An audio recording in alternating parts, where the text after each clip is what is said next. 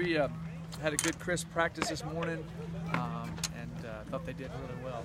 The 3 days down here I thought went real well. So, I don't have any questions at this time. You talk about your defensive line and just how deep it is this year. It seems much deeper than it's been. I know you've had good players. 2016, those three were really good. But do you feel like it's deeper than it's been since you've been here?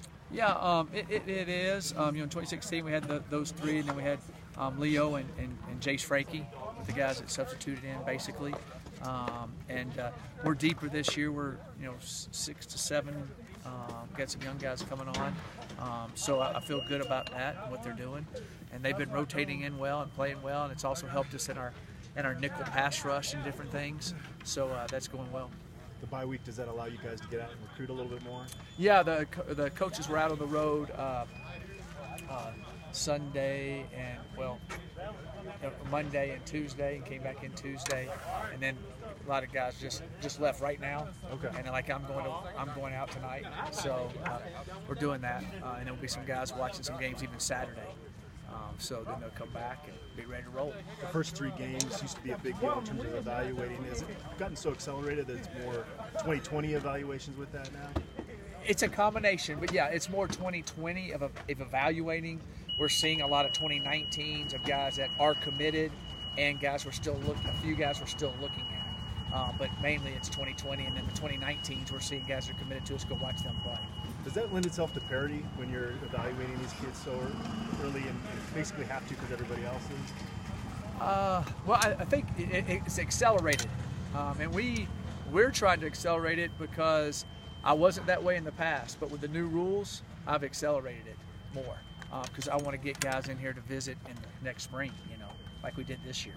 And I think our staff and our recruiting staff did a phenomenal job of evaluating well for the guys we already have committed this year. And we're still looking at a few guys within the scheme of what we're trying to do, but we're really hard on the 2020s and even looking at some 2021s when we go out to watch the 2020s. So we're that far ahead. Do those early dates there's a lot more kids. Sorry, there's a lot more kids graduating early too, so that makes you have to do that process also. I was going to say, does that early signing date make that early evaluation period even more? Yes, it does. More of a premium. It does, and what we've noticed too in our camps that we have in the summer, there's more and more rising juniors coming to camp than there are rising seniors. So that's kind of changed that a little bit too. It used to be a lot of rising seniors and a few rising juniors. Now it's a lot of rising juniors and very few rising seniors. So it's kind of everybody's kind of evolved to that now. Is identifying that kid early and getting in contact with them, is that becoming more important too? Just because and look at how evaluating them early, seeing them on film, watching them playing games, hopefully coming to camp. The contact rules, you can't contact them. You got some you can text when they start their junior year. Your sophomore year, you can't talk to them. They can call you. That's why it's important to see them play in person and hopefully they come to your camp. In a perfect world, what would be the calendar for you in terms of recruiting? Well, I'd like the calendar the way it is, but I would like to have a signing date in July. So we have all of our official visits in April, May, and June now. And we've had kids taking 3 or 4 visits already before their senior year. I'd like for them to sign in July, and they're done. I think eventually it'll get to that. I really do. Kind of like basketball. They have that early signing date before basketball season, and then they have the other one afterwards. I would like to move our December 20th or whatever it is to like July, the dead period in July, when they have that 2-week dead period. They can sign if they want to sign. Now a lot of them want to. I mean, we had a lot of kids commit all over the country. We had a lot of kids commit at that time that would rather go ahead and sign and move on. So that's what I'd like to see. And then keep February as the second. February is the second one. Yep. So for you, a bye week, do you allow yourself at all to step away from football, or can you do that?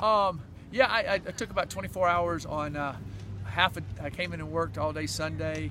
I worked all day. I worked Monday till about 1 o'clock, and then I took about a 24-hour hiatus, my wife and I, and which was a lot of fun.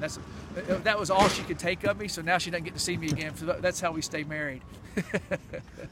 So this weekend, without a game, will you watch? Well, I'll be out tonight recruiting, and then tomorrow I'll come in and do some work in here, and then I'll take the afternoon just kind of watch some games and watch those guys be stressed out while I sit there on the couch and enjoy it. So. Thanks, Coach. Okay, thanks, guys.